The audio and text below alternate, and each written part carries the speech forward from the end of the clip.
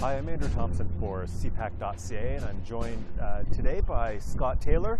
He's the publisher of Esprit De Corps magazine and one of Canada's foremost military journalists. In the past, Scott's done CPAC documentaries on being outside the wire in Afghanistan and the politics of fighter jet procurement. This time he's stayed a little closer to home to take a look at what happens when Canadian troops return from the front lines and the physical and mental challenges they face. It's called Homecoming, and it premieres June 2nd at 9 p.m. Eastern on CPAC. Scott, thanks for joining me today. My pleasure.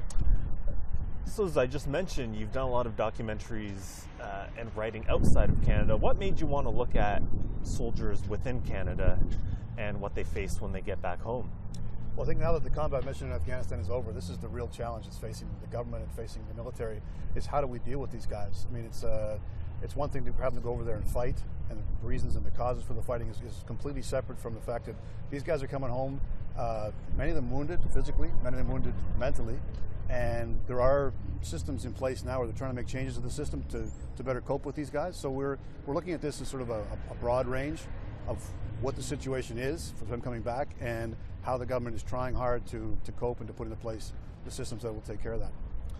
Now, in the course of making this documentary, you traveled from coast to coast, from Newfoundland all the way up to Vancouver Island. Can you tell me a bit about some of the veterans and families that you met along the way? I think in each and every case it was touching. I mean, there was a lot of emotion here.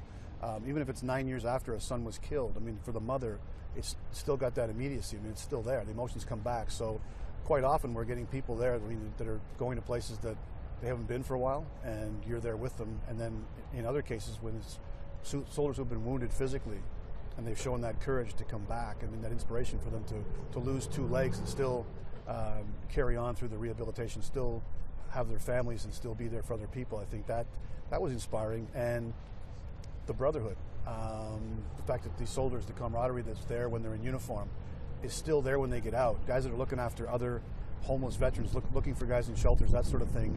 It was touching in that sense. So I think that was for us probably the most inspiring. You know, just going a bit further from that, we've seen you interviewing warlords in Afghanistan. You've interviewed test pilots in the United States. Here, you're going to rehab appointments with soldiers who have lost limbs. You're out on the street where there are a lot of soldiers who have come on hard times afterwards. You're in the downtown east side in Vancouver.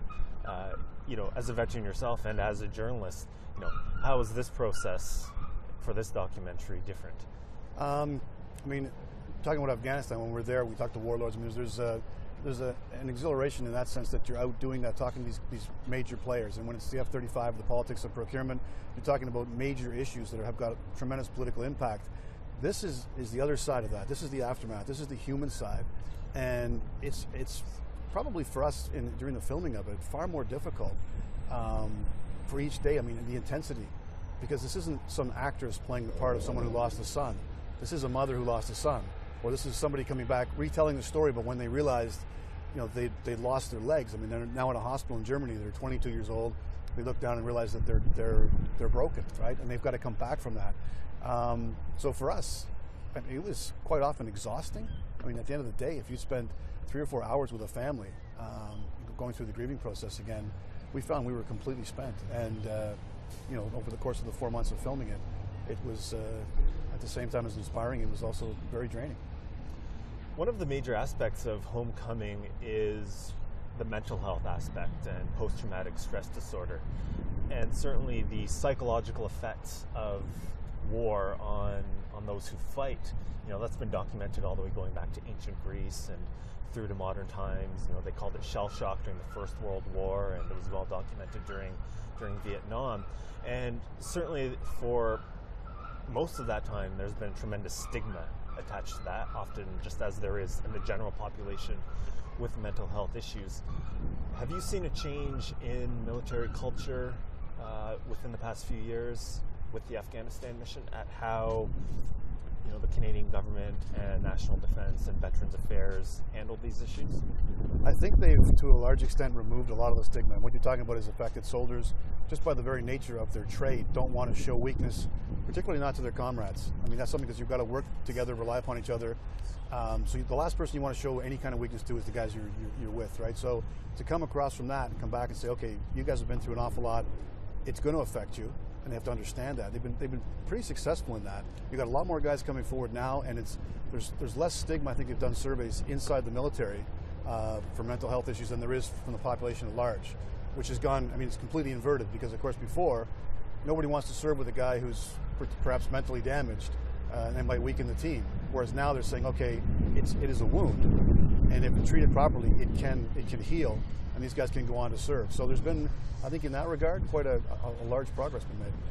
Okay, well, it promises to be a very interesting look at the challenges soldiers and veterans face when they return to Canada. Scott, thanks a lot for joining me today.